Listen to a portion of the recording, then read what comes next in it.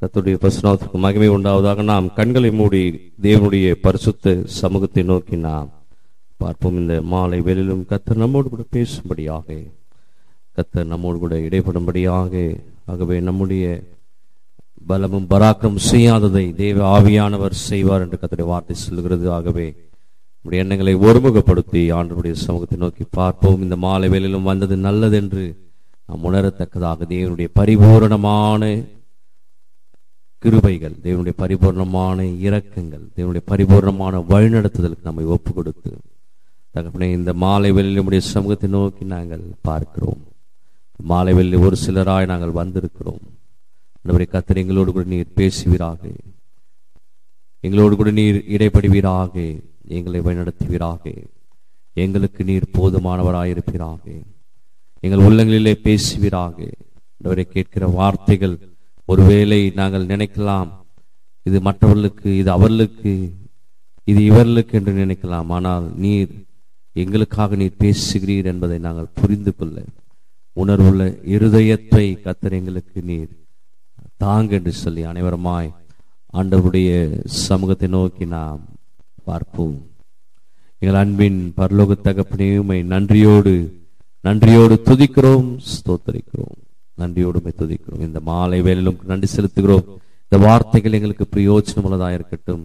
வார்த்தைகளுக்காக இந்த இல்லங்களை திறந்து கொடுத்த ஆண்டவரே திருச்சபை விசுவாசிகளுக்கு ஆண்டவரே பிரயோஜனம் உள்ளதாக இருக்கட்டும்.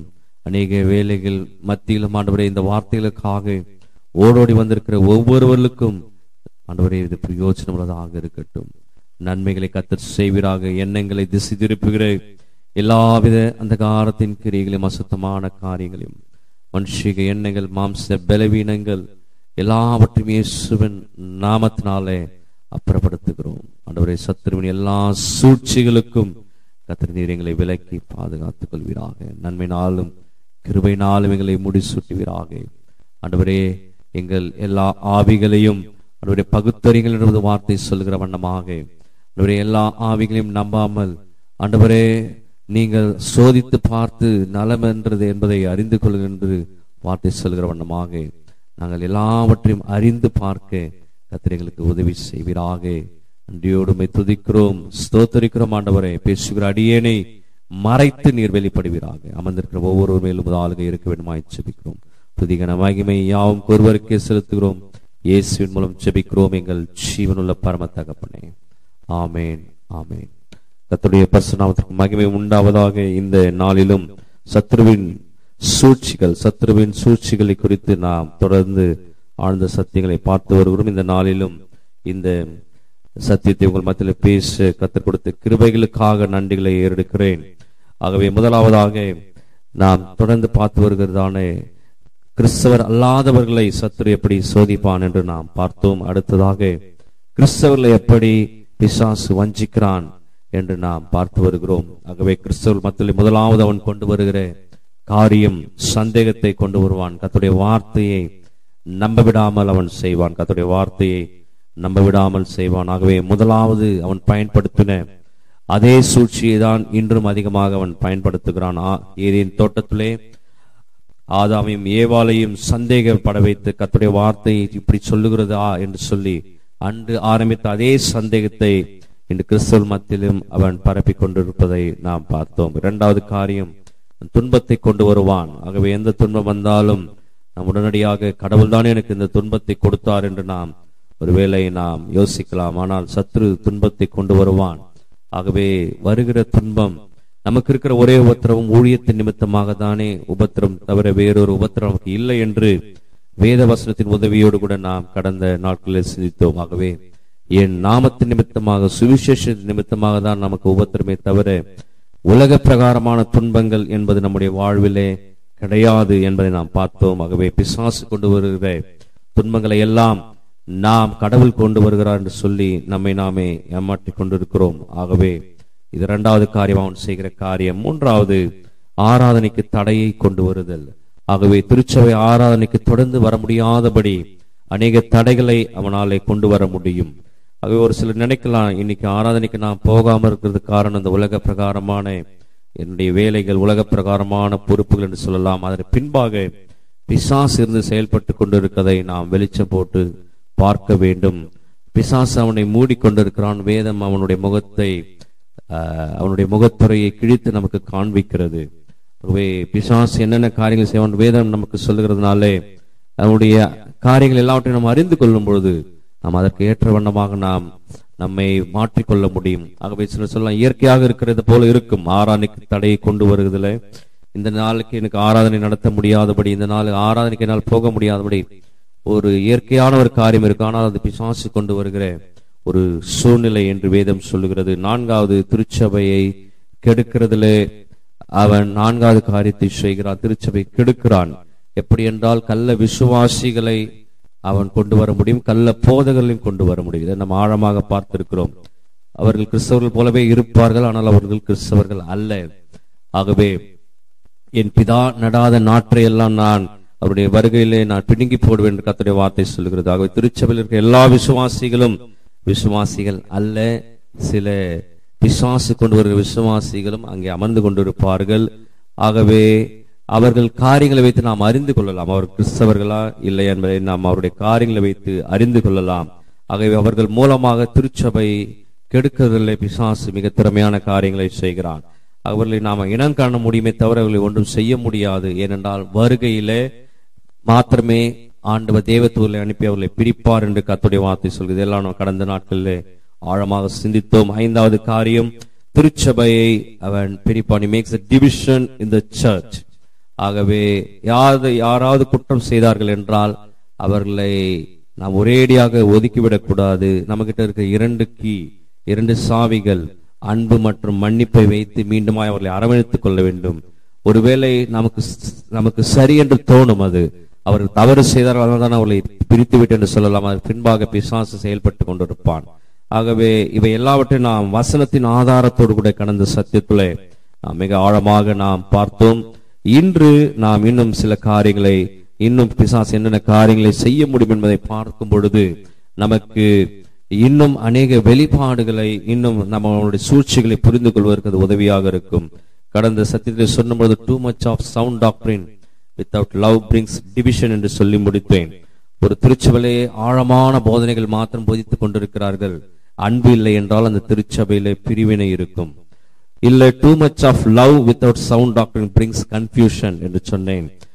வெறும் அன்பை மாத்திரம் போதிக்கிறார்கள், ஆழமான சத்தியங்கள் அங்கே இல்லை என்றால் அந்த திருச்சபையிலே குழப்பங்கள் ஏற்படும். இன்று அநேக திருச்சபைகளை வைத்து நீங்கள் பிரித்து விடலாம். சில திருச்சபைகளை பிரிவினைகள், மக்கள் ஒன்றோடு கூட ஒன்று பேச மாட்டார்கள், ஒருவரோடு கூட ஒருவர் இடைப்பட மாட்டார்கள். ஆனால் ஆழமான சத்தியங்கள் அந்த திருச்சபையில் இருக்கிறது என்றால் அங்கே பிரிவினைகள் உண்டு. அன்பு இல்லாமல் ஆழமான சத்தியங்கள் பிரிவினை கொண்டு வரும். ஆழமான சத்தியங்கள் இல்லாமல் வெறும் அன்பை மாத்திரம் போதிக்கிற திருச்சபையிலே குழப்பங்கள் ஏற்படும். இப்படிப்பட்ட திருச்சபையை நீங்கள் காணலாம். இது எல்லாமே நடந்து கொண்டிருக்கிற காரியங்கள். ஆகவே இதுல இன்னொரு மிகப்பெரிய காரியம் என்ன என்றால், இன்னும் நிறைய காரியங்களை பிசாசு செய்கிறான். ஆகவே ஒரு காரியத்தை நான் கடந்த சத்தியத்தின் ஆரம்பத்திலே சொன்னேன். ஆகவே பிசாசுக்கு அந்த அளவுக்கு ஒரு பெரிய வல்லமை இல்லை என்று நாம் அவனை குறைத்து மதிப்பிட முடியாது. அதே சமயத்தில் இந்த சத்தியங்கள் எல்லாம் கேட்டு இவ்வளவு பெரிய வல்லமையா இருக்கிற பிசாசை எதிர்த்து போராட வேண்டும் என்று சொல்லி பின்வாங்கி விடவும் கூடாது. ஏனென்றால் பிசாசு கடவுளால் உண்டாக்கப்பட்டவன்.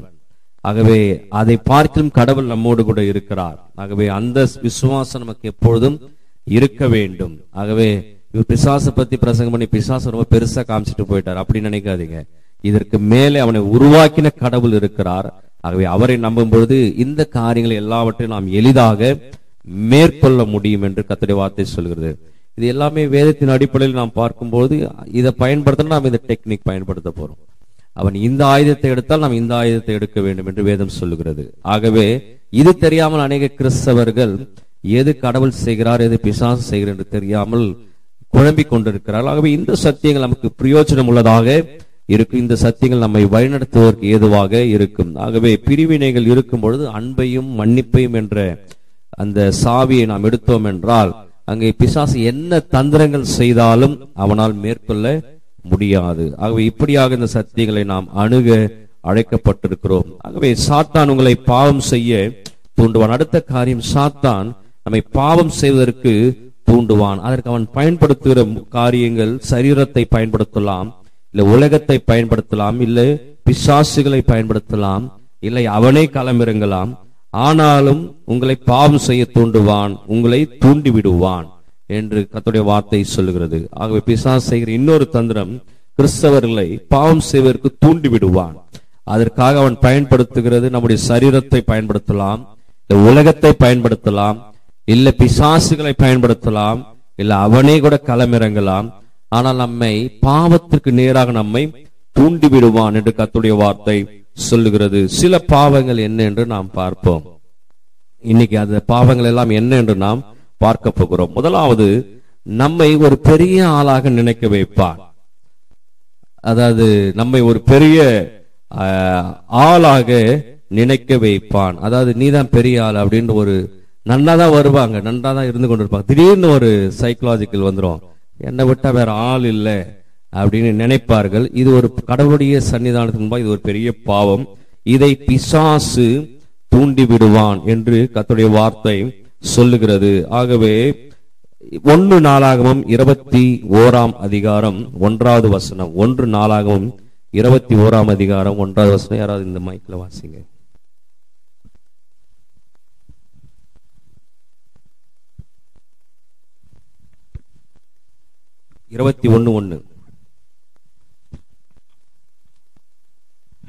சாத்தான் இஸ்ரவேலுக்கு விரோதமாய் எழும்பி இஸ்ரவேலை தொகையிடுகிறதற்கு தாவீதை ஏவி விட்டது. போதும். சாத்தான் இஸ்ரவேலுக்கு விரோதமாய் எழும்பி இஸ்ரவேலின் தொகையை என்பதற்கு தாவீதை ஏவி விட்டது என்று கர்த்தருடைய வார்த்தை சொல்லுகிறது.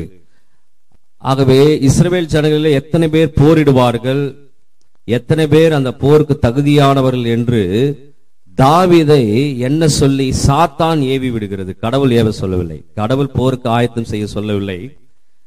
இஸ்ரவேல் ஜனங்களை இவ்வளவாய் வழிநடத்தி வருகிற கடவுள், தாவீதை இவ்வளவு உயர்த்தின கடவுள், திடீரென்று தாவீதுக்குள்ளே தன்னாலே முடியும், தாம் ஒரு பெரிய ஒரு வீரன் என்று நினைக்கும் வண்ணமாக சாத்தான் தாவீதை ஏவி விடுகிறது என்று கர்த்தருடைய வார்த்தை சொல்லுகிறது. இது கிறிஸ்டியன்ஸுக்கெல்லாம் இது ரொம்ப முக்கியமான ஒரு சத்தியம். ஏன்னா கொஞ்சம் அடிப்படையில அப்படியே வரும்பொழுது ரொம்ப பக்தியா வந்துனே இருப்பாங்க. திடீர்னு பார்த்தா ஒரு பெருமை அவங்களுக்குள்ள வந்துடும். என்னை விட்ட ஆள் இல்லை அப்படின்னு ஒரு பெருமை வருதுன்னா பிசாசு பின்னாடி செயல்படுகிறான் என்று அர்த்தம். அந்த இடத்துல கடவுள் செய்யாததெல்லாம் பிசாசு செய்ய விட்டுருவான். நல்லா இருக்கிற மாதிரியே தான் இருக்கும், ஆனா பிசாசு தாவீதை ஏவி விடுகிறது. சில இடங்கள்ல நாம அனுபவபூர்வமாக உணரலாம். இப்போ மெசேஜ் எடுக்கிறது கூட நல்லா ப்ரிப்பேர் பண்ணிட்டேன், இன்னைக்கு ஜனங்க ஓப்பன் வந்துருவாங்க, இன்னைக்கு போய் அப்படியே ஒரு ஃபுல் விங்கில பேசலாம் அப்படின்னு சில நேரம் நான் யோசனை வருவேன். அன்னைக்கு பார்த்தா ஏகப்பட்ட தடை இருக்கும். சாதாரணமா பேசியிருப்பேன், அன்னைக்கு பார்த்தா 2 பேர் வந்து சொல்லிட்டு போவாங்க, இன்னைக்கு நான் தொடப்பட்டேன்னு சொல்லுவாங்க. என்னுடைய பலம் அல்ல என்பதை நான் புரிந்து கொண்டேன். நான் ப்ரிப்பேர் பண்ணிட்டேன், இன்னைக்கு ரொம்ப பக்காவா இன்னைக்கு எடுக்கிற மெசேஜ் பாருங்க அப்படியே எல்லாம் தொடப்படும் அப்படின்னு வரும். அன்னைக்கு பார்த்தா ஒரு கிரியம் இருக்காது. ஏன்னா கடவுள் அங்க கிரியை செய்ய மாட்டார். இது என்னுடைய பலம், எனக்குள்ளே ஒரு பொறுமை, இதை பிரசங்கியார்கள் உணர்வார்கள். ஒண்ணுமே இல்லாம ஆண்டவருடைய பாதத்தில் அமர்ந்து வந்து ஆண்டவரை உமது வார்த்தை சொல்லு சொல்லும்போது அங்கே சாதாரணமாக பேசும்போது 2 பேர் தொடப்படுவார்கள். அதே போல நம்முடைய ரிசோர்ஸ் அவன் நம்ப செய்வான், உன்னால முடியும் நீதான் அப்படின்னு சொல்லுவான். சாத்தான் ஏவி விடுகிறான். உடனே தாவீது என்ன பண்ணுகிறாரு, கூப்பிட்டு அடியாரை அனுப்பி போய் யாரெல்லாம் யுத்தம் செய்ய போகிறார், எத்தனை வீரர்கள் இருக்கிறார் என்று சொல்லும்போது அங்கே சொல்றார், எதுக்கு என்ன சொல்லுகிறீர், இது கடவுளுடைய சித்தம் அல்ல அப்படின்னு அந்த அதிகாரம் நீங்க வீட்டில் சென்று வாசித்து பார்த்தீங்கன்னா தெரியும். இருந்தாலும் நான் சொல்றதை நீ செய் என்று சொல்லி அவர் லக்கத்தொகை எண்ணிக்கொண்டு வந்து இத்தனை பேர் போர் வீரர்கள் இருக்கிறார்கள் என்று சொல்கிறார். ஆனால் கடவுளுடைய பார்வையிலே அது வெளியேறப்பட்டது, கடவுள் செய்ய சொல்லவில்லை. ஆகவே 1 நாளாகமம் 21 அதிகாரம் 7வது வசனம். 1 நாளாகமம் 21. இந்த காரியம் தேவனுடைய பார்வைக்கு ஆகாததானபடியினால் அவர் இஸ்ரவேலை வாதித்தார். ஆகவே கர்த்தர் தாவீதை பார்த்து சொல்கிறார், நான் இப்ப உனக்கு தேவையில்லையா, நான் உன்னை செய்யவே சொல்லலையே, பிசாசு சொல்றான் அதை நீ செய்றியே அப்படின்னு சொல்லி இஸ்ரவேலை அவர் வாதிக்கிறார். ஆகவே அநேகர் தங்களுடைய பலத்தை நம்ப ஆரம்பிப்பார்கள், அப்படி நம்புகிறார்கள். பிசாசு அவர்கள் பின்னாடி இருந்து செயல்படுகிறான் என்று அர்த்தம். பரவாயில்ல, உன்னால முடியும் they can believe their own resources என்று சொல்லுவார்கள். அங்கே ஆண்டவர் கிரியைகளை செய்கிறதில்லை, ஆண்டவர் அதற்கு எதிர்ப்புறமாக செய்ய ஆரம்பிப்பார்.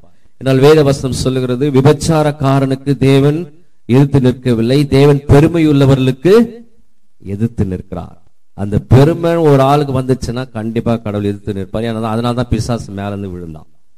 மற்ற மீதி பாவங்கள்லாம் கூட ஒரு ஆண்டவர் பெருசா எடுத்துக்கிற மாதிரி பைபிள் சொல்லல. விபச்சாரக்கார அது இதுன்னு சொல்றாரு.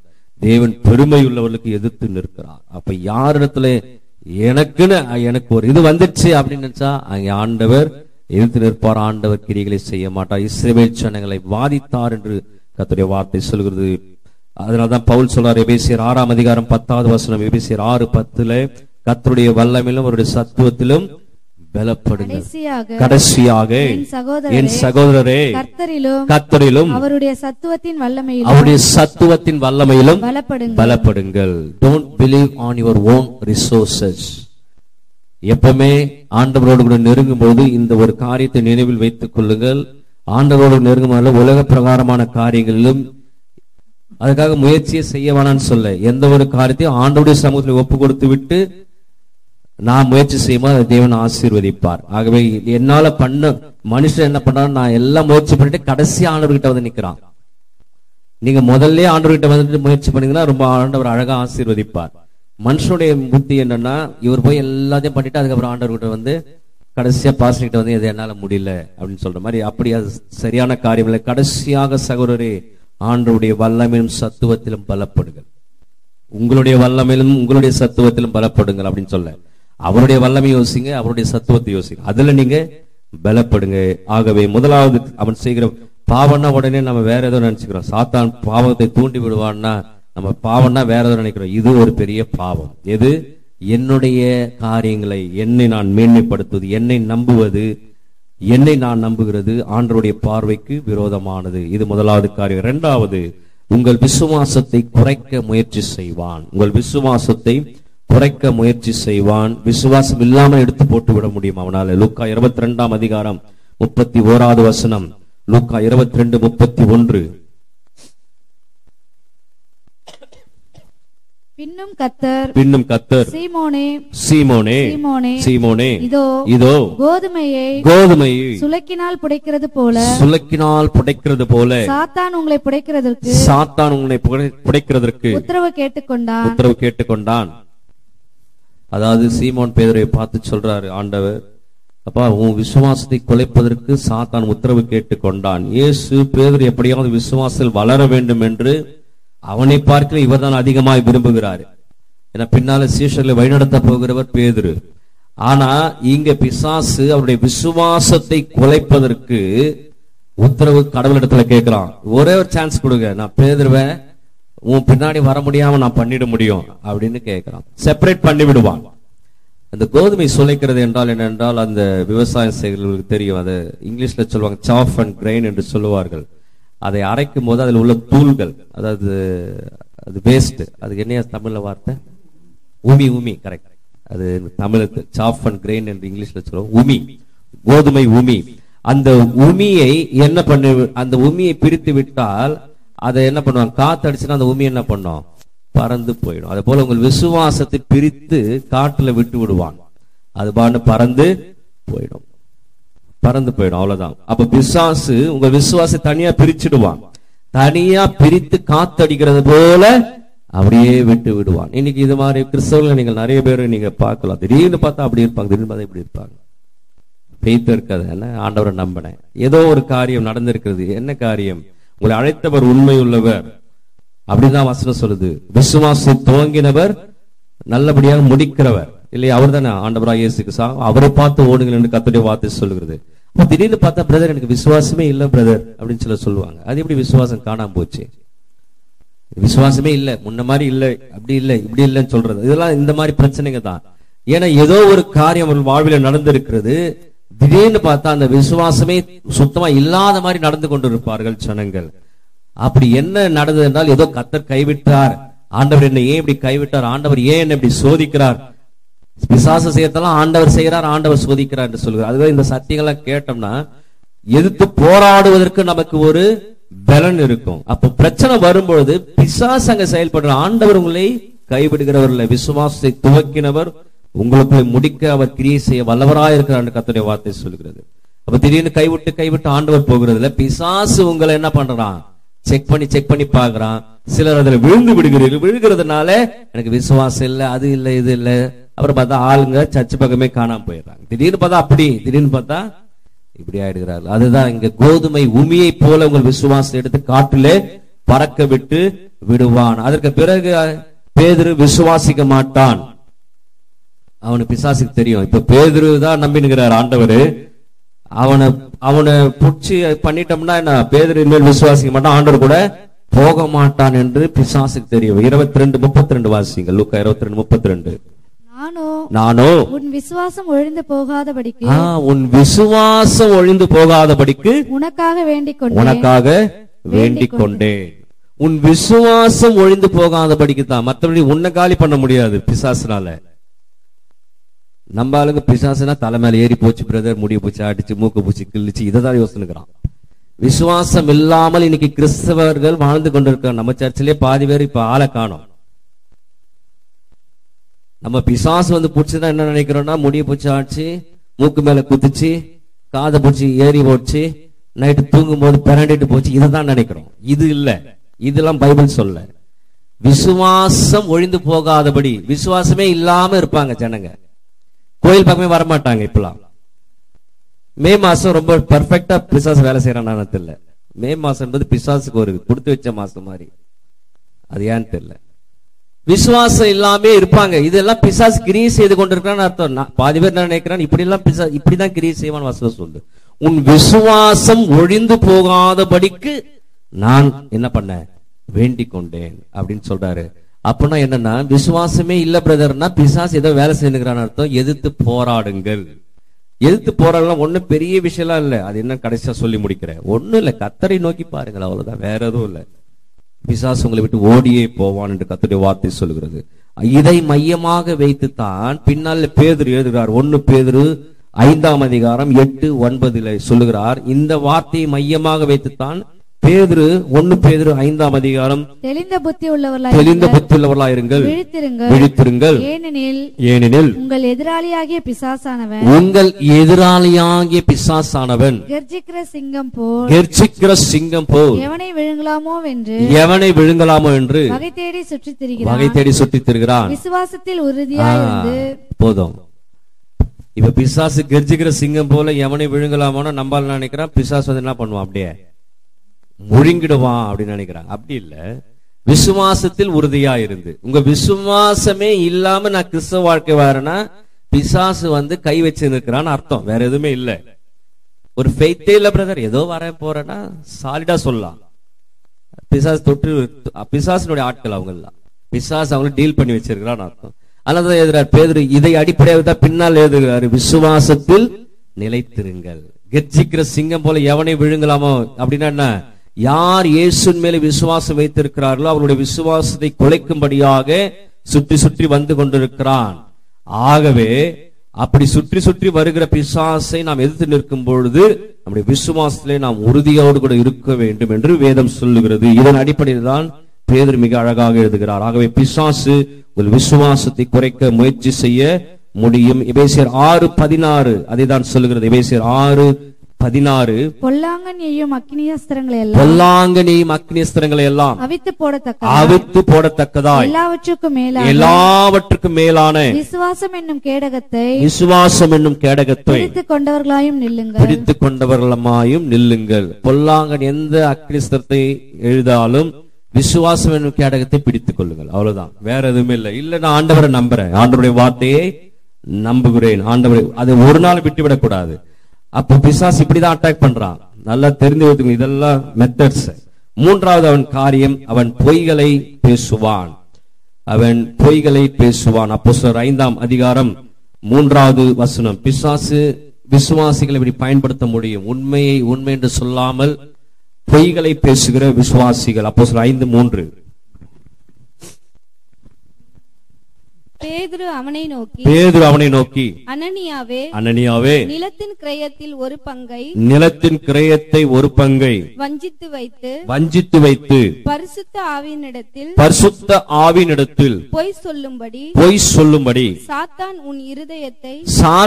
உன் இருதயத்தை நிரப்பினது என்ன என்று ஆண்டவருடைய வார்த்தை சொல்லுகிறது. ஆகவே சர்வசாதாரணமா சொல்லலாம் பொய்களை, ஆனால் உள்ள பிசாசு இருக்கிறான். பிசாசு உங்களை டீல் பண்ணுகிறான். பிசாசு உங்கள் இருதயத்தை நிரப்புறான். இந்த பொய்ய சொல்லு, அந்த பொய்ய சொல்லு, இந்த பொய்ய சொல்லு.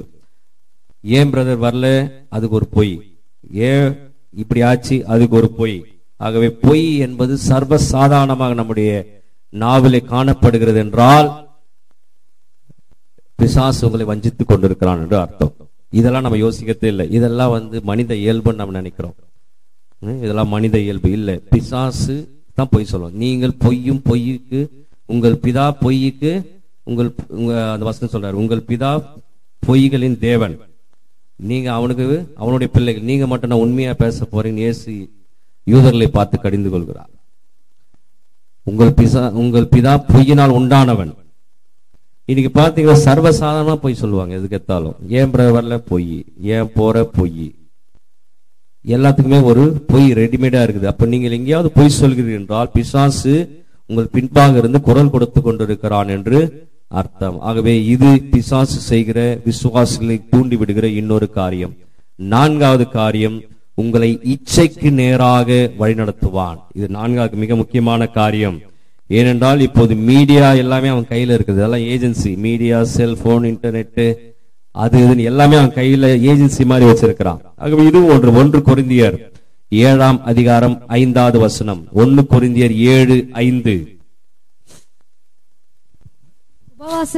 உபவாசத்திற்கும் ஜெபத்திற்கும் தடையிராதபடிக்கு இருவரும் சில காலம்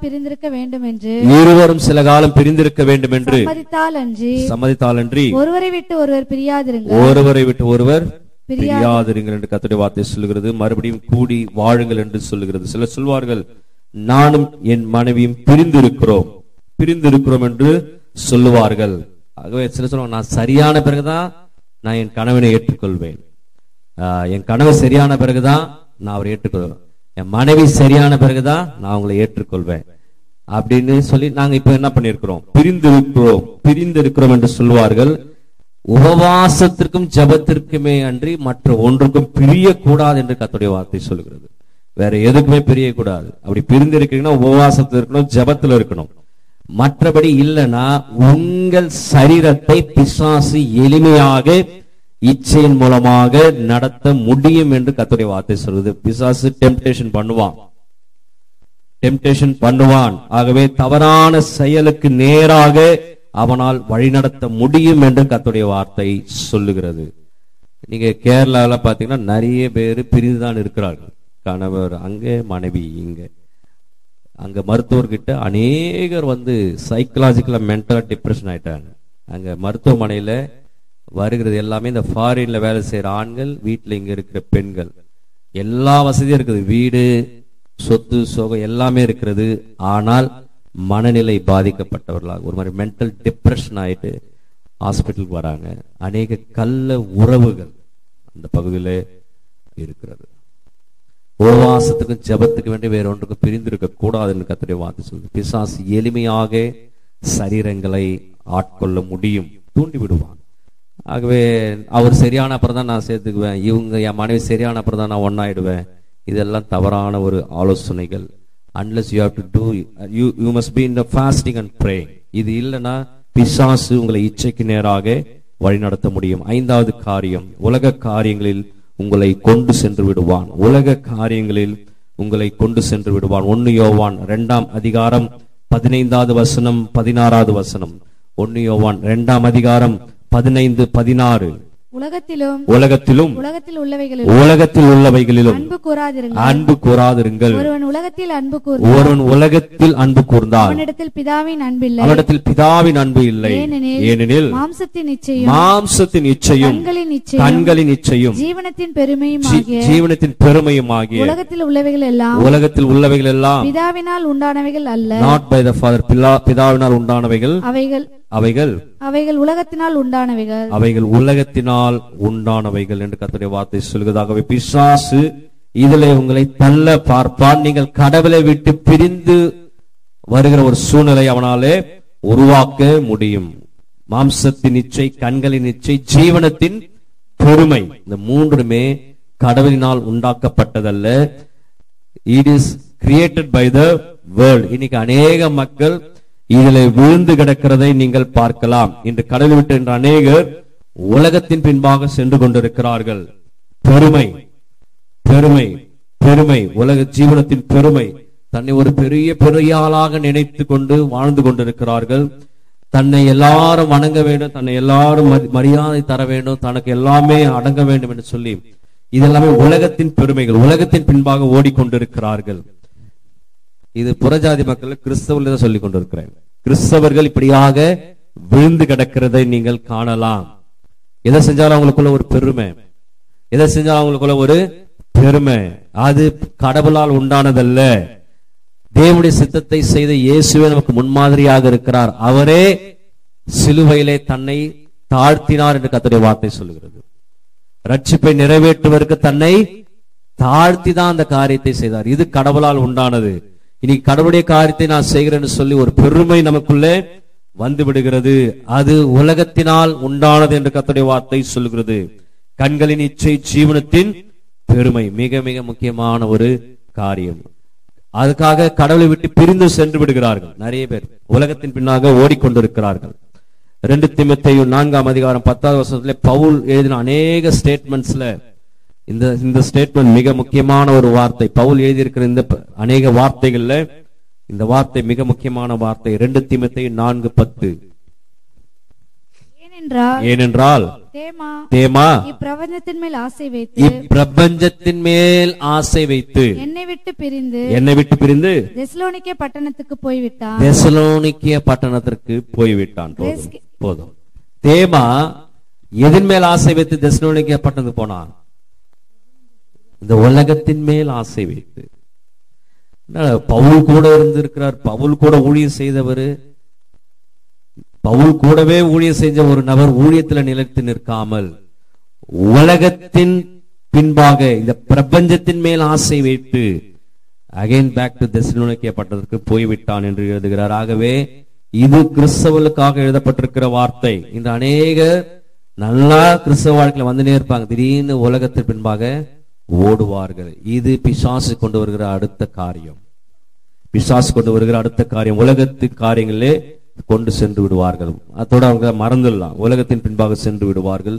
இது பிசாசு செய்கிற மிகப்பெரிய தந்திரமாகவே இந்த காரியம் நம்முடைய வாழ்விலே காணப்படக்கூடாது. 6வது காரியம், உங்களை பெருமை அடைய செய்வான். அவன் நிறைய வழிகளில் இதை செய்து கொண்டிருக்கிறான். பெருமை அடைய செய்வான். 1 தீமோத்தேயு 3:6 1 தீமோத்தேயு 3 அவன் இருமாப்படைந்து பிசாசு அடைந்த ஆக்கினையிலே விழாதபடிக்கு நூதன சீஷனாய் இருக்கக்கூடாது என்று வேதம் சொல்கிறது. சீஷன் வேறு, நூதன சீஷன் வேறு.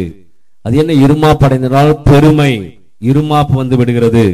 அதான் நிறைய புக்ஸ்ல என்ன சொல்றாங்கன்னா, திருச்சபையிலே பொறுப்புகளை கொடுக்கும் பொழுது பிஷப், பாஸ்டர், எல்டர்ஸ் இவங்கள சூஸ் பண்ணும்போது do not choose the recent convert people என்று சொல்லுகிறார்கள். சமீபத்திலே கிறிஸ்துவை ஏற்றுக்கொண்ட பிள்ளைகளை தயவு செய்து நீங்கள் சூஸ் பண்ணாதீர்கள். ஏனென்றால் அவர்களுக்குள்ளே கொஞ்ச நாளிலே அந்த இருமாப்பு வந்துவிடும். கொஞ்சம் கொஞ்சமா மேல வரும்போது அவங்களுக்குள்ள ஒரு ஆட்டோமேட்டிக்கா ஒரு பெருமை வரும். ஆனாதான் அடிப்பட்டவங்களை அநேக நாள் அனுபவசாலிகளை கொண்டு வர வேண்டும் என்று சொல்லுகிறார்கள். ஏனால் இருமாப்படைந்து அவர்கள் நூதன சீஷனாய் மாறி விடுவார்கள். சீஷன் வேறு, நூதன சீஷன் வேறு. பிசாசு அடைந்த ஆக்கினை இவர்களும் அடைவார்கள் என்று கர்த்தருடைய வார்த்தை சொல்லுகிறது. ரீசெண்ட் கன்வர்ட்ஸ் அவர்களுக்கு அதிகமான பொறுப்பை கொடுக்க கூடாது என்று சொல்கிறார். too much responsibility that brings pride. அவர்களுக்கு பெருமையை கொண்டு வந்து விடும். அவர்களுடைய விழுதலும் மிக பெரியதாக இருக்கும் என்று சொல்கிறது. fall is also great என்று சொல்லுகிறார்கள். ஆகவே இதெல்லாம் வேதத்தின் அடிப்படையில் இருக்கிற காரியங்கள். ஆகவே பெருமை என்பது நம்முடைய வாழ்விலே வரக்கூடாது. இருமாப்படையும் பொழுது அங்கே பிசாசு செயல்பட ஆரம்பிக்கிறான். 1 பேதுரு 5 6வது வசனம் சொல்லுகிறது. 1 பேதுரு 5:6. ஆகையால் ஏற்ற காலத்தில் தேவன் உங்களை உயர்த்தும்படிக்கு அவருடைய பலத்த கைக்குள் அடங்கியிருங்கள் என்று கர்த்தருடைய வார்த்தை சொல்கிறது. அந்த அடங்கியிருங்கள் என்றால் அப்படி அமைதியா இருக்கல. அதுக்கு முன்னாடி வசனம் படிச்சீங்கன்னா தெரியும். 5:5 வாசிங்க. அந்தபடி கடைசி லைன் மட்டும் வாசிங்க. பெருமை உள்ளவர்களுக்கு தேவன் எதிர்த்து நிற்கிறார், தாழ்மை உள்ளவர்களுக்கு கிருபை அளிக்கிறார் சொல்லிட்டு தான் ஏற்ற காலத்தில் உங்களை உயர்த்தும்படி அவருடைய பலத்த கைக்குள் அடங்கி இருங்கள்ல, தாழ்மையா இருங்கள் வசனம் சொல்லுது. அடங்கி இருங்கலாம் கம்முன்னு உட்கார்ந்து இருக்கிறதில்ல. கர்த்தருக்கு முன்பாக உங்களை தாழ்த்துங்கள். தாழ்த்தும் போது கர்த்தர் உங்களை உயர்த்துவார். கடவுளுக்கு முன்பாக எந்த நேரமும் உங்களை தாழ்மைப்படுத்துங்கள். கடவுளுக்கு முன்பாக எந்த நேரமும் தாழ்மைப்படுத்துங்கள். அப்படியே பெருமையா நின்னுங்கன்னா பிசாசு உங்களுக்குள்ள வேலை செஞ்சுக்கிறான்னு அர்த்தம். பிசாசு உங்களுக்கு வேலை செய்யறான். நீ தான் பெரிய ஆளு. அதுதான் ஆதாம் ஏவாள்கிட்ட அப்படிதான் கொண்டு போனான் இல்லையா? இதை சாப்பிட்டீங்கன்னா நீ என்ன ஆயிடுவ, தேவன் மாதிரி அப்படிதானே சொன்னான். இந்த பழத்தை சாப்பிட்டா vitamin A, vitamin B, vitamin C அவனுக்கு வரும் நான் சொன்னான். இந்த பழத்தை சாப்பிட்டா என்ன ஆயிடா, நீ தேவனை போல மாறி விடுவாய். உடனே இவங்களுக்கு என்ன ஆச்சு, நானும் கடவுளை போல மாறிடலாம். ஒரு பெருமை உள்ள வருது, விழுந்து போகிறார். அவங்களுடைய வீழ்ச்சி முழு மனுக்குலத்திற்கும் வீழ்ச்சியாக இருந்தது. என்னைக்கு ஒரு மனுஷன் தன்னை பெருமையா நினைக்கிறானோ அன்னைக்கு விழ ஆரம்பிச்சுட்டான்னு அர்த்தம். ஏற்ற காலத்தில் உங்களை உயர்த்தும்படி உடைய பலத்த கைக்குள் தாழ்மையாய் இருங்கள் என்றால் தாழ்மைப்படுத்துங்கள். அப்ப சாத்தான் எந்த சோதனைகளை கொண்டு வந்தாலும் நம்மை தாழ்த்தும் போது, கடவுளுடைய சன்னிதானத்துக்கு முன்பாக தாழ்த்தும் போது நாம் கலங்க வேண்டிய அவசியம் இல்லை. இவ்வளவு பிசாசை பத்தி எழுதிட்டு கடைசியா 1 பேர் 5:10 எழுதுறாரு. 1 பேர் 5:10 என்ன எழுதுறாரு? கிறிஸ்து இயேசுவுக்குள் நம்மை தமது நித்திய மகிமைக்கு அழைத்தவராய் இருக்கிற, நம்மை நித்திய மகிமைக்கு அழைத்தவராய் இருக்கிற சகல கிருபையும் பொருந்திய தேவன் தாமே கொஞ்ச காலம் பாட அனுபவிக்கிற உங்களை சீர்படுத்தி ஸ்திரப்படுத்தி பலப்படுத்தி நிலை நிறுத்துவாராக. கொஞ்ச காலம் இந்த பிசாசை வச்சு செக் பண்ணி பார்க்கிறேன். நான் ஏற்கனவே சொல்லிட்டேன், பிசாசுன்னு ஒருத்தன் இல்லைன்னா யாரும் கடவுளை தேட மாட்டாங்க. யார் சொன்னது? போன மீட்டிங்ல நான் தான் சொன்னேன். அதே மறந்துட்டீங்க நீங்க. இது ஒரு பொன்மொழி, நான் சொல்லியிருக்கிறேன். பிசாசுன்னு ஒருத்தன் இல்லைன்னா இந்த உலகத்துல யாரும் கடவுளை தேடவே மாட்டாங்க. அவன் வந்துதான் உங்களை செக் பண்ணி பாக்குறான். உங்களுக்குள்ள பெருமைகுதா, உங்களுக்குள்ள இச்சை இருக்கிறதா, உங்களுக்குள்ள விசுவாசம் குறையுதா, இதெல்லாம் கடவுள் செக் பண்றவர் இல்ல, பிசாசு செக் பண்ணுகிறான். நீங்க அந்த சோதனையில கொஞ்ச காலம் அந்த பாட அனுபவிச்சுட்டு அதுல நீங்க ஜெயிச்சிட்டீங்கன்னா கடவுள் உங்களை என்ன பண்ணுவார், நித்திய வாழ்வுக்குள் நிலை நிறுத்துவார். இது ரொம்ப முக்கியமான ஒரு சத்தியம். இது ஒருவேளை பிசாசு இந்த கிரியைகள் எதுவுமே செய்யலைன்னா உங்களுக்குள்ள பெருமை இருக்குதுன்னு கடவுளுக்கு எப்படி தெரியும்? அதனாலதான் எடுத்த உடனே ஆதாம் ஏவாளை படைத்து அவ்வளவு காரியங்களை கொடுத்த உடனே அவன் விழுந்து போயிட்டான். அப்புறம் இன்னொரு பிசாசு உருவாக்குற மாதிரி ஆயிடும். பிசாசு அப்படிதான் வல்லமையோடு கூட படைத்தார் தூதனை. அவன் பெருமையா நினைச்சா விழுந்து போயிட்டான். இனி வரைக்கும் அந்த வல்லமையை எடுக்கல, கடவுள் கொடுத்ததுதான். அதனால மனிதர்களை ஒரு ஷேப்புக்கு, ஒரு பெர்ஃபெக்டா உருவாக்குவதற்கு, அதுதான் நிலைப்படுத்தி ஸ்திரப்படுத்தி உங்களை புடமிட்டு உங்களை நிலைநிறுத்திடுவார் கடவுள். ஆகவே கொஞ்ச காலம் இந்த பிசாசு உங்களை செக் பண்ணி பார்க்கிறான். செக் பண்ண உடனே விழுந்து போயிடக்கூடாது. அதுக்காக விழுந்து போய்விட கூடாது. வந்தா பாப்பா நீ என்ன பண்ணாலும் சரி, நான் கடவுளுடைய சமூகத்துல என்ன தாழ்த்துறேன்னு சொல்லி போங்க, உங்களை விட்டு போயிடுவான். நீ என்ன பண்ணாலும் சரி, அவர் தான்ப்பா உண்மை, நீ டூப்ளிகேட்னு சொல்லிடுங்க, உண்மை, அவ்வளவுதான், முடிஞ்சு போச்சு. ஆனா இதை கிறிஸ்தவர்கள் புரிந்து கொள்வதில்லை. கிறிஸ்தவர்களுடைய ஆங்கிள் வேற ஆங்கிள் தான் பிசாசை பாக்குறாங்க, வேற ஆங்கிள் கடவுளை பாக்குறாங்க. எந்த பிசாசு வந்தாலும் சரி, நீ என்னுடைய விசுவாசத்தை சோதிக்க வருகிறாயா, நீ என்னை துன்பத்தை கொண்டு வருகிறாய், எனக்கு கடவுள் இருக்கிறார், உள்ளத்தின் ஆழ்த்திலிருந்து ஒரு வார்த்தை சொல்லிட்டீங்கன்னா போதும், உங்களை ஒண்ணுமே அவனால பண்ண முடியாது. ஏனென்றால் யாக்கோபு 4ஆம் அதிகாரம் 7வது வசனம் சொல்றது, எந்த காரியம் வந்தாலும் சரி. யாக்கோபு 4ஆம் அதிகாரம் 7வது வசனம். ஆகையால் தேவனுக்கு கீழ்ப்படிந்திருங்கள், பிசாசுக்கு எதிர்த்து நில்லுங்கள், அப்பொழுது அவன் உங்களை விட்டு ஓடி போய். இதான் டோட்டல் கிறிஸ்டியானிட்டி. முடிஞ்சு போச்சு. பிசாசை பத்தி இவ்வளவு உபதேசம் பண்ணீங்க, கட்சியில ரொம்ப சிம்பிளா முடிச்சிங்களே, அவ்வளவுதான் வேலை. ஒரே ஒரு காரியம் செய்ய சொல்ற, என்ன செய்ய சொல்ற? தேவனுக்கு கீழ்ப்படிங்க. பிசாசு உங்களை விட்டு எப்படி நடந்து போவானா? ஓடி போயிடுவான். ஓடி போவானா எப்படி போவான்? வேகமா ஓடுவான். தெருல வந்து நிக்கிறான். நீங்க தேவனுக்கு கீழ்ப்படுகிற பிள்ளைன்னா என்ன பண்ணுவான்? சரி, பொறுமையா நடந்து போக மாட்டான், ஓடி போவான். இந்த குடும்பத்தை ஒன்று நான் செய்ய முடியாது, இந்த குடும்பத்தை என்னால ஒண்ணுமே பண்ண முடியாது, ஓடி போயிடுவான். அதுக்கு மேல அவனால் நிக்க முடியாது. ஒரே ஒரு காரியம் நான் செய்யறேன், தேவனுக்கு கீழ்ப்படிய வேணும். அதை தான் செய்யறதில்லை நாம. அதை விட்டுட்டு பிசாசன் இப்படி பண்ணிச்சு, கடவுள் இப்படி பண்ணிட்டாரு, இப்படி தேவையே இல்லை. ஒரே ஒரு காரியம், கடவுளுடைய பார்வையில நான் செய்கிறது சரியா, இந்த கோணத்துல நான் எந்த பிரச்சனையை அணுகினாலும் சரி, பிசாசு என்னை ஒண்ணுமே பண்ண முடியாது. எனக்குள்ள பெருமை வராது, எனக்குள்ள பலவீனம் வராது, எனக்குள்ள சுகவீனம் வராது, எனக்குள் என்னுடைய விசுவாசத்தை அவனால் ஒன்றும் செய்ய முடியாது. ஏன்னா நான் தேவனுக்கு கீழ்ப்படுகிறேன். எல்லா காரியங்களும் நான் தேவனுக்கு கீழ்ப்படிய ஆரம்பிக்கிறேன். இது மிக முக்கியமான ஒரு காரியம். அப்போ இந்த சோதனையை எப்படி மேற்கொள்வது?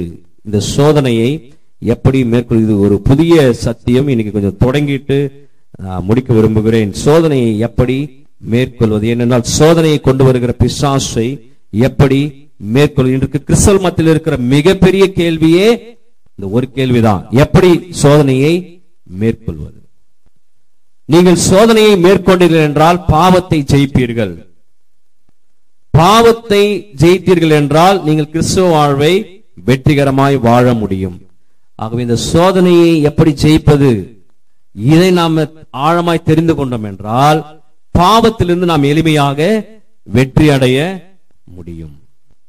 அதுக்கு ஒரு சின்ன டெக்னிக் தான் இருக்குது. ஒரு சின்ன டெக்னிக். ஒரு பாஸ்டர் தன்னுடைய காங்கிரேஷனுக்கு இப்படியாக பிரசங்கம் பண்ணி கொண்டிருந்தார், ஒரு மெசேஜ் எடுத்திருந்தார். இந்த சோதனை எப்படி மேற்கொள்வது என்பதுல நான் எங்கே கத்துக்கொண்டேன் என்றால், ஒரு நாய் கிட்ட இருந்து இந்த பாடத்தை நான் கற்றுக்கொண்டேன் என்று சொன்னார். அவர் சொன்னார், நான் சொல்ல, ஒரு நாய், ஒரு டாக் கிட்ட இருந்து ஒரு சோதனையை எப்படி மேற்கொண்டு கற்றுக்கொண்டேன்னு சொன்னார். எப்படின்னா, அந்த நாயினுடைய எஜமான் ஒரு உணவோ பிஸ்கெட்டோ ஏதோ கறி ஏதோ அந்த நாய்க்கு சாப்பிடுவதற்காக போட்டுட்டு அதை சாப்பிடாது என்று சொல்லுவான். ஆனா அந்த நாய் என்ன பண்ணும், அந்த சாப்பாட்டை கொடுக்கணும் ஓடி வந்து சாப்பிட்டுடும். அது சாப்பிட்ட உடனே அதை என்ன பண்ணுவான், 2 அடி அடிப்பான். அந்த நாய்க்கு அடி விழும். மறுபடியும் அந்த உணவை போடுவான். மறுபடியும் அந்த நாய் கொடுக்கணும் வந்து சாப்பிடும். மறுபடியும் அதுக்கு அடி விழும். இப்படியே ஒரு 10 நாள் 15 நாள் ஆச்சு. ஒரு நாள் என்ன ஆச்சு, உணவை போட்ட உடனே நாய் அந்த உணவை பார்த்தது, அப்புறம் எஜமானுடைய முகத்தை பார்க்க ஆரம்பிச்சது. எஜமானுடைய முகத்தையே பார்த்ததுதான், உணவையே கடைசியில பார்க்கவே இல்லை. இவர் சாப்பிடுன்றாரா சாப்பிட வேணான்னு சொல்றாரா பார்த்துனே இருந்ததா. ஏன்னா அது நாய்க்கு புரிஞ்சு போச்சு, சாப்பிட்டா அடி விழும் தெரிஞ்சு போச்சு. அது கத்துக்கின விஷயம், சாப்பிட்டா அடி விழும். ஆனால் சாப்பிடாம நாய் எஜமானுடைய முகத்தையே பார்த்து கொண்டதுதான். அந்த கதையிலிருந்து இந்த பாஸ்டர் என்ன கத்துக்கொண்டாருன்னா, சோதனை என்பது நமக்கு முன்பாக வீசப்படுகிற உணவை போல நாம் யாரை பார்க்க வேண்டும், எஜமானாகிய இயேசுவே பார்க்க வேண்டும் என்று சொல்லி பிரசங்கம் பண்ணார். சோதனை ஒண்ணு வந்தாலுமே நம்ம என்ன பண்ணிடுறோம், சோதனையை பார்க்க ஆரம்பிச்சிடும். ஆனா அதுக்கு பதில் எதை பார்க்கணும், எஜமான். அந்த நாய் எப்படி அந்த எஜமானை பார்த்ததோ அதே போல நாம் இயேசுவையே பார்க்கும் பொழுது நமக்கு சோதனை வந்துன்னா சாப்பிட்டா அடி விழும் தெரியும். அந்த சோதனையில போய் விழுந்தோம்னா அடி விழும் தெரியும். அது போல இயேசுவே பார்த்து கொண்டு இருக்க வேண்டும். அது கொஞ்சம் கஷ்டம்தான். ஆனா அடிவாங்க அது பழக்கமாயிடும். அடிவாங்க. அப்ப ஒயின் ஷாப் பக்கம் போனா ஒயின் ஷாப்பே பார்க்க கூடாது. யாரை பார்க்கணுங்க, ஒயின் ஷாப்ல எங்க பிரதர் இயேசு கிறிஸ்துக்கிறாரு? நீங்க கேட்கிற கேள்வி எனக்கு புரியுது. ஒயின் ஷாப்ல எங்க பிரதர் இயேசு கிறிஸ்துக்கிறாரு? நீ அதே பாக்குற. ரோட்ல போகும்போது இயேசுவே பார்த்துன்னு போ. ரோட்ல போகும்போது இயேசுவே பார்த்துன்னு ஒயின் ஷாப் தெரியாது. செய்யணும், வேற வழி இல்லை. நீங்க அதை இயேசுவை பார்க்க ஆரம்பித்து விட்டீர்கள் என்றால் உங்களுக்கு சோதனை என்பது, ஒரு சில சொல்லுவாங்க, என்னால முடியல பிரதர், சார் 6 மணி ஆனா கையெல்லாம் நடுங்குது, கால் நடுங்குது, தலை வெடிச்சு போற மாதிரி இருக்குது, தலை இஞ்சி போற மாதிரி இருக்குது. ஏன்? சோதனையை பார்க்க ஆரம்பித்துக் கொண்டிருக்கு. அதுபோல இயேசுவை பார்த்தீர்கள் என்றால் இந்த உலகத்திலே நாம எல்லா சோதனைகளையும் நம்மளால மேற்கொள்ள முடியும். இந்த உலகில் சோதனைகள் என்பது எல்லோருக்கும் வருகின்ற பொதுவான ஒன்று. சில சொல்லுவாங்க, எனக்கு ஏன் இப்படிப்பட்ட சோதனை அப்படின்னு சொல்லுவாங்க. இல்ல, இந்த உலகத்திலே எல்லோருக்கும் சோதனைகள் இருக்கிறது. பிறந்த குழந்தை முதல் இது சுடுகாட்டுக்கு போற பெரிய ஆட்கள் வரைக்கும் சோதனை இருக்கிறது. பிறந்த குழந்தை போய் கேட்டு, இந்த குழந்தை கேட்டு பாருங்க, அதுக்கு ஒரு பிரச்சனை சொல்லாது. இப்போ அதால விளையாட முடியல, அதுக்கு ஒரு பெரிய பிரச்சனை. இப்போ அதுக்குள்ளே ஒரு சோதனை. பெரியவங்களை கேட்டு பாருங்க, இவர் எப்ப முடிப்பாரு, நான் சீக்கிரம் வீட்டுக்கு போகணும், இது அவங்களுக்குள்ள ஒரு சோதனை. குழந்தை முதல் பெரியவர்கள் வரை எல்லாருக்கும் சோதனை என்பது பொதுவான ஒன்று. பொதுவான ஒன்று. அது சில சொல்ற மாதிரி எனக்கு மாத்திரம்தான் இப்படி இல்ல இல்ல, பொதுவான ஒன்று. ஆனால் அதில் எல்லோரும் வெற்றி பெறுவது என்பதுதான் இப்ப சாத்தியம் இல்லாமல் இருக்கிறது. அதில் எல்லோரும் வெற்றி பெறுவது என்பதுதான் இப்ப சாத்தியம் இல்லை. பாதி பேர் அதில் விழுந்து போகிறார்கள், கொஞ்சம் பேர் அதில் மேல வராங்க, கொஞ்சம் பேர் கடைசி வரைக்கும் நிக்கிறாங்க. வெரி ஃபியூ பீப்புள் அவங்க தான் கொஞ்சம் ஜெயிச்சு வராங்க. ஆனால் யார் ஒருவர் சோதனையை பார்க்காமல் எஜமானை பார்க்கிறார்கள் அவர்கள் எல்லாராலும் வெற்றி பெற முடியும் என்று வார்த்தை சொல்கிறது. ஏனென்றால் இதை நான் எங்கே கற்றுக்கொண்டோம்? இயேசுவிடத்தில்தான் நாம் கற்றுக்கொண்டோம். யார் எஜமானை பார்க்கிறார்களோ அவர்கள் வெற்றி பெறுவார்கள். மத்தேயு 4ஆம் அதிகாரம் 1 முதல் 11 வசனங்கள் ஒரு அருமையான பகுதி. இதை கற்றுக் கொடுத்தவரே இயேசுதான். மத்தேயு 4:1 முதல் 11 சோதிக்கப்படும்படி வனாந்தரத்திலே பரிசுத்த ஆவியானவரால் கொண்டு போகப்பட்டார். அந்த அதிகாரம் நீங்கள் வீட்டில் சென்று வாசித்து பாருங்கள். அந்த அதிகாரத்திலே சோதனை எப்படி மேற்கொள்வது என்று இயேசு அங்கே அருமையாக கற்றுத்தருகிற ஒரு பகுதி. அநேக விசுவாசிகள் இன்று தடுமாறி கொண்டிருக்கிறார்கள். அநேக விசுவாசிகள் இன்று எப்படி என்னால் இந்த சோதனை வெற்றி பெற முடியும் என்று தடுமாறி கொண்டிருக்கிறார்கள். ஆகவே அந்த பகுதியை நாம் வரும் நாளிலே ஆழமாக நாம் பார்க்க இருக்கிறோம். How to overcome the temptation, சோதனையிலிருந்து எப்படி ஜெயிக்க முடியும் என்று அருமையாக இயேசு கற்றுத்தருகிற ஒரு பகுதி. ஆகவே அதன் அடிப்படையிலே நாம் எப்போதுமே அந்த எஜமானையை பார்க்கும் பொழுது, போட்ட உணவை பார்க்காமல் அந்த நாய்க்குட்டி எஜமான் முகத்தை பார்க்கும் பொழுது அடியிலிருந்து எப்படி தப்பித்ததோ அதே போல நம்முடைய வாழ்வில் சோதனையை பார்க்காமல் இயேசுவை நாம் பார்க்கும் பொழுது எப்பேற்பட்ட சோதனையிலிருந்து நம்மாலே வெளியே வர முடியும் என்று கர்த்தருடைய வார்த்தை சொல்லுகிறது. ஆகவே இந்த அதிகாரத்தை வரும் நாளிலே நாம் ஆழமாக பார்க்கலாம். ஆகவே ஏனென்றால் சோதனையை சகிக்கிற மனுஷன் பாக்கியவான் என்று கர்த்தருடைய வார்த்தை சொல்கிறது. சோதனைகளை பிசாசு கொண்டு வருகிறான். அந்த சோதனையிலிருந்து வெற்றி பெறும்போது நாம் பாவத்திலிருந்து வெற்றி பெற முடியும், சோதனையிலிருந்து வெற்றி பெற முடியும். கிறிஸ்துவுக்கு நேராக ஒரு உன்னதமான ஒரு வாழ்வை நம்மாலே வாழ முடியும். ஆகவே கண்களை மூடி தேவனுடைய பரிசுத்த சமூகத்தை நோக்கி நாம் பார்ப்போம். அனைவருமாய் ஜெபநிலையிலே நாம் நம்மை ஒப்பு கொடுப்போம். இந்த வார்த்தைகள் அநேகருக்கு பிரயோஜனம் உள்ளதாக இருக்கும். ஆகவே விசுவாசிகளுக்கு உண்டாகிற பிரச்சனைகள் குறித்து நாம் ஆழமாக நாம் பார்த்திருக்கிறோம். ஆண்டவருக்கு நாம் நன்றி சொல்லுவோம், கடவுளுக்கு நாம் நன்றி சொல்லுவோம். ஆகவே பிசாசு தன்னை மூடிக்கொண்டு அமர்ந்திருக்கிறான். வேதம் அவனை தோலுரித்து காண்பிக்கிறது. பிசாசு தன்னை மூடிக்கொண்டு அவன் கிரிகளை செய்து கொண்டிருக்கான். ஒருவேளை நீங்களும் நானும் நினைப்பது போல அவன் 2 கொம்பை வைத்துக் கொண்டு உடல் முழுவதும் கரி பூசிக்கொண்டு நேரடியாக வருவான் என்று நீங்களும் நான் நினைக்கலாம். இல்லை, அவன் மறைந்திருந்து தாக்கி கொண்டிருக்கிறான். ஆனால் வேதம் அவனை வெளிப்படையாக அவனை தோலுரித்து காண்பித்திருக்கிறது. ஏறக்குறைய இது 4 சத்தியங்களை நாம் கேட்டிருக்கிறோம். 4 சத்தியங்களை அவன் எப்படியெல்லாம் கிரியைகளை செய்வான் என்று மிக ஆழமாக நாம் பார்த்திருக்கிறோம். ஆகவே நமக்கு ஏற்படுகிற எல்லா பிரச்சனைகளிலிருந்தும் நமக்கு ஏற்படுகிற பிரச்சனைகளை நாம் பகுத்தறிந்து பார்க்கிற ஒரு ஞானத்தை கர்த்தர் இந்த சத்தியங்கள் மூலமாக நமக்கு கர்த்தர் கொடுத்திருக்கிறார். ஆகவே கடவுளுக்கு நாம் நன்றி செலுத்தும். அநேக மக்களுக்கு இந்த சத்தியங்களுடைய ஆழங்கள் தெரியாது. ஒருவேளை எல்லாவற்றுக்கும் கடவுள் என்றும் எல்லாவற்றுக்கும் பிசாசு என்றும் அவர்கள் நினைத்துக் கொண்டிருப்பார்கள். ஆனால் நீங்களும் நானும் பாக்கியவான்கள், ஆசீர்வதிக்கப்பட்ட பிள்ளைகள். ஆகவே கடவுள் என்ன செய்வார், பிசாசு என்ன காரியங்களை செய்வான் என்பதை நாம் மிக ஆழமாக பார்த்திருக்கோம். பிசாசின் காரியங்களை தோலுரித்து ஆண்டவர் நமக்கு காண்பித்திருக்கிறார். ஆகவே என்னுடைய வாழ்விலே சோதனைகள் வருகிறது, என்னுடைய வாழ்விலே இச்சைகள் ஏற்படுகிறது, என்னுடைய வாழ்விலே பெருமை இருக்கிறது, என்னுடைய வாழ்விலே என்னுடைய பலன்களை நான் நம்புகிறேன் என்றால் பிசாசு உங்களுக்கு பின்பாக இருந்து செயல்பட்டுக் கொண்டிருக்கிறார். ஆகவே தயவு செய்து நான் சொல்லுகிற ஒரே ஒரு காரியம், தேவனுக்கு கீழ்ப்படிந்திருங்கள், கர்த்தருக்கு கீழ்ப்படிந்திருங்கள், பிசாசுக்கு எதிர்த்து நில்லுங்கள். அப்போது அவன் உங்களை விட்டு ஓடி போவான், நடந்து செல்ல மாட்டான், ஓடியே போவான். ஏற்ற காலத்தில் உங்களை உயர்த்தும்படி அவருடைய பலத்த கைக்குள் தாழ்மையாய் இருங்கள் என்று கர்த்தருடைய வார்த்தை சொல்கிறது.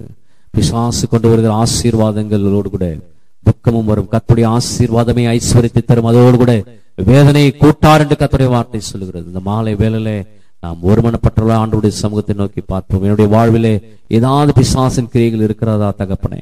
என்னுடைய வாழ்வில் பிசாசின் கிரியைகள் இருக்கிறதா? ஒருவேளை இந்த சத்தத்திற்கு நான் செவி கொடுத்து நான் பொய்களை சொல்கிறேனா? இந்த சத்தத்துக்கு செவி கொடுத்து நான் மாறாத காரியங்களை செய்து கொண்டிருக்கிறேனா?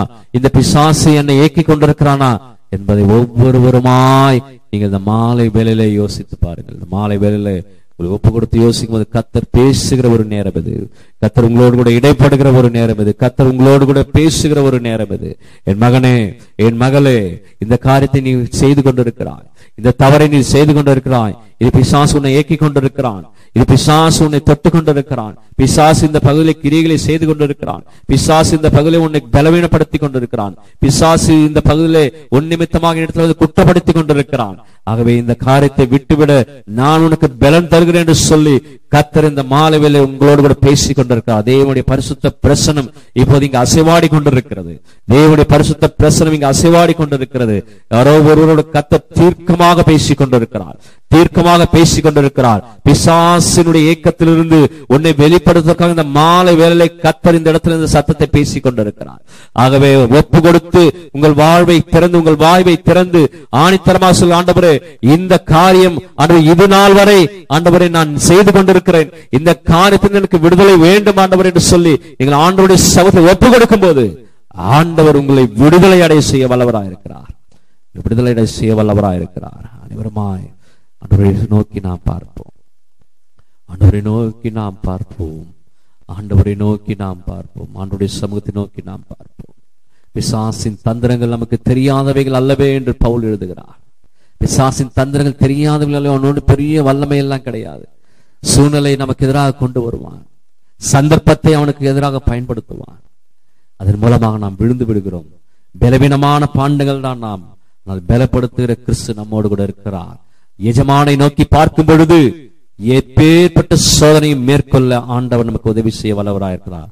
சோதனையை பார்க்காமல் எஜமானை நோக்கி பாருங்கள். ஆண்டவரே, உம்முடைய சமூகத்தை நோக்கி பார்க்கிறேன், உடைய சமூகத்தை நோக்கி பார்க்கிறேன், உடைய சமூகத்தை நோக்கி நான் பார்க்கிறேன். Thank you Lord, thank you.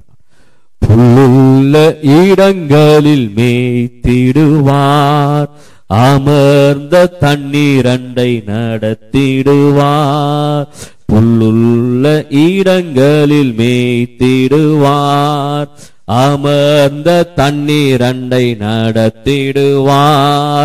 ஆத்துமாவை தினம் தேற்றிடுவார், மரண பள்ளத்தாக்கில் காத்திடுவார்.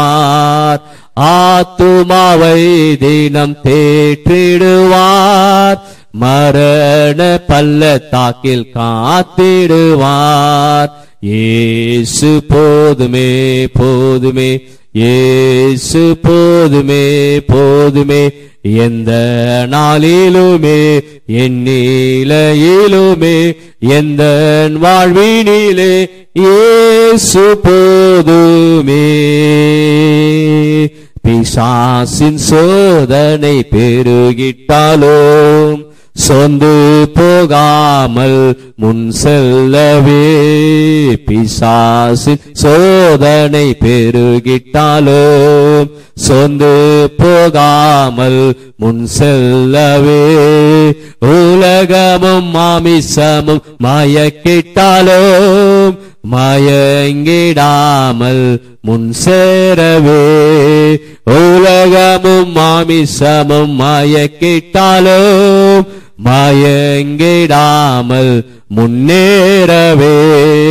இயேசு, எல்லாரும் சொல்லுமா, இயேசு போதுமே எந்த நாளிலுமே என் நிலையிலுமே எந்த வாழ்வினிலே இயேசு போதுமே.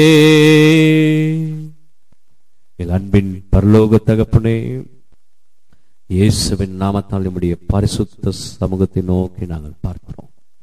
இந்த மாலை வேளையிலும் நன்றி செலுத்துகிறோம். கொஞ்ச காலம் இந்த பாட அனுபவித்து ஆண்டவரே எங்களை ஸ்திரப்படுத்தி நிலைநிறுத்த வல்லவரான ஆண்டவரை நோக்கி நாங்கள் பார்க்கிறோம்.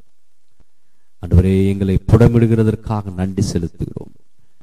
ஆண்டவரே, நம்முடைய சன்னிதானத்திலே வரும்பொழுது உம்மை போல தேவ சாயலோடு கூட தேவனுடைய குணாதிசயங்களோடு கூட நாங்களும் கடந்து வர அந்த தாழ்மை, அந்த பொறுமை, அந்த அன்பு, அந்த இரக்கம், அந்த நீடிய சாந்தம், அந்த கிருபை, அதோடு கூட நாங்கள் கடந்து வர கர்த்தர் எங்களுக்கு நீர் உதவி செய்வீராக. பிசாசின் எல்லா தந்திரங்களுக்கும் கர்த்தர் எங்களை நீர் விலக்கி பாதுகாத்துக் கொள்வீராக. எல்லா சூழ்ச்சிகளையும் நீர் எங்கள் மத்தியிலே பேசியிருக்கிறீர். நன்றி செலுத்துகிறோம். அந்த சூழ்ச்சிகள் எல்லாவற்றிலிருந்து நாங்கள் வெற்றி அடைய ஒரே ஒரு காரியத்தை நாங்கள் செய்ய எங்களை அழைக்கிறீர். கர்த்தருக்கு கீழ்ப்படிந்திருங்கள், தேவனுக்கு கீழ்ப்படிந்திருங்கள். உமக்கு நாங்கள் கீழ்ப்படுகிற பிள்ளைகளாக நாங்கள் இருக்கும் பொழுது எதிராளியான பிசாசங்களை விட்டு ஓடி போவான் என்று கர்த்தருடைய வார்த்தை சொல்கிறது. ஆகவே நாங்கள் தொடர்ந்து கீழ்ப்படிந்திருக்க எங்களுக்கு கிருபை செய்வீராக. நன்றியோடுமை துதிக்கிறோம், ஸ்தோத்திரிக்கிறோம். ஆண்டவரே, இந்த வந்திருக்கிற ஒவ்வொரு விசுவாச குடும்பங்களுக்காக நன்றி செலுத்துகிறோம். கர்த்தர் ஒவ்வொருவரையும் நீர் ஆண்டவரே கரத்தினாலே ஆசீர்வதிப்பீராக. எங்கள் பலவீனங்கள் எல்லாம் மறைந்து போகட்டும். ஆண்டவரே, பலவீனமான பாண்டங்கள் நாங்கள் ஆண்டவரே சத்துருவின் உபத்திரவத்திற்கும் சத்துருவின் சோதனைகளுக்கும் கர்த்தர் எங்களை விலக்கி நீர் பாதுகாத்துக் கொள்வீராக. விசேஷமாக இந்த வார்த்தைகளுக்காக இந்த இல்லத்தை திறந்து கொடுத்த அருமையான ராஜன் ஐயாவுக்காகவும் துணைவியாருக்காகவும் பிள்ளைகளுக்காகவும் தாயாருக்காகவும் நன்றி செலுத்துகிறோம். கர்த்தர் இந்த குடும்பத்தை நீர் ஆசீர்வதிங்க, பலப்படுத்துவீராக, போதுமானவராக இருப்பீராக. நன்மையினாலும் கிருபையினாலும் இந்த குடும்பங்களை கர்த்தர் நீர் முடிசூட்டுவீராக. துதிகன மகிமை யாவும் ஒருவருக்கே செலுத்துகிறோம். இயேசுவின் மூலம் ஜெபிக்கிறோம் எங்கள் ஜீவனுள்ள பரம தகப்பனே, ஆமேன், ஆமேன். என் ஆத்மாவே கர்த்தரை ஸ்தோத்திரி, என் மூலமே அவருடைய பரிசுநாமத்தை ஸ்தோத்திரி. என் ஆத்மாவே கர்த்தரை ஸ்தோத்திரி, கர்த்தர் செய்த சகல உபகாரங்களை மறவாதே. ஆமென். கர்த்தராகிய இயேசு கிறிஸ்துவின் கிருபையும் பிதாவாகிய தேவனுடைய அன்பும் பரிசுத்த ஆவியானவருடைய வழிநடத்தலும் பாதுகாப்பும் பராமரிப்பும் நம் அனைவரோடும் விசேஷமாக இந்த குடும்பத்தின் பிள்ளைகளோடும் என்றும் சதா காலங்களிலும் நிலைத்து நிற்பதாக.